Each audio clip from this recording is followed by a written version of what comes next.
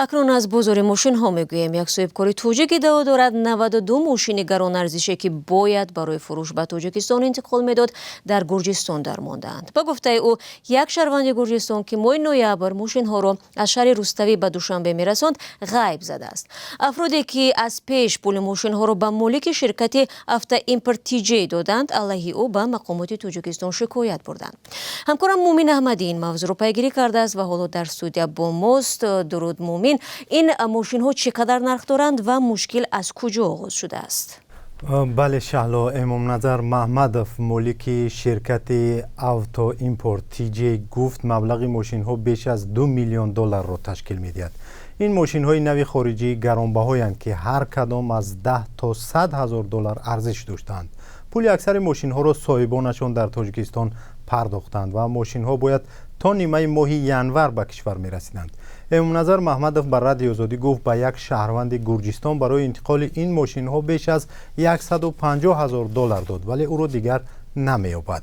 یک خیلیش هست که 100 هزار دلار مقصد ماشین نو است. BMW نو 2020 یک خیلیش هست از همین 10 هزار دلار بالا ماشین. بروج دامی خیلی که یک ماشین مبین 45 روز بسیارتر بیسته 1000 لار می شود جریمه. 1000 لارش 400 دلار می شود. از 92 ماشین ما فقط 400 دلار حساب می چند می شود.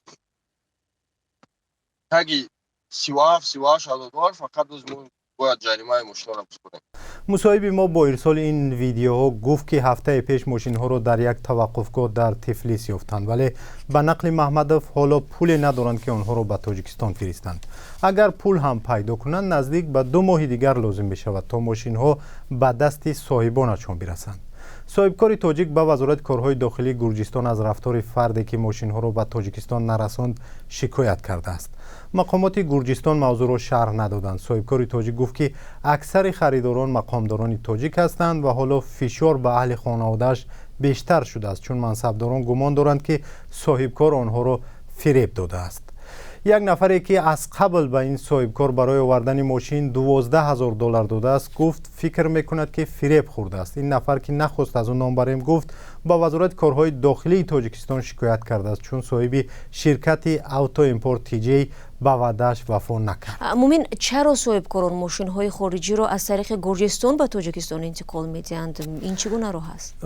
ببینید شهلا، قبلا تاجران بیشتر از دبی به تاجیکستان ماشین میفرستادند. در 5 سال اخیر گرجستان راهی اساسی انتقال ماشین های خارجی به تاجیکستان شده است. گرجستان از سبب آن انتخاب شده است که به تاجیکستان راهی زمینی نزدیکتر دارد و برای صاحبکاران و رانندگان روادید لازم نمی شود، ترجمان لازم نمی شود. صاحبکاران نقل کردن آنها ماشین ها را از اروپا و امریکا خریده توسط راه آبی تا گرجستان می آورند و از آنجا به تاجیکستان می رسانند. البته خرج راه آبی کمتر است. پیشتر تاجران باید به دبی می رفتند، ترجمان کرو می کردند، ماشین را می خریدند و منتظر می نشستند که کی مالشان تا تاجیکستان می رسد.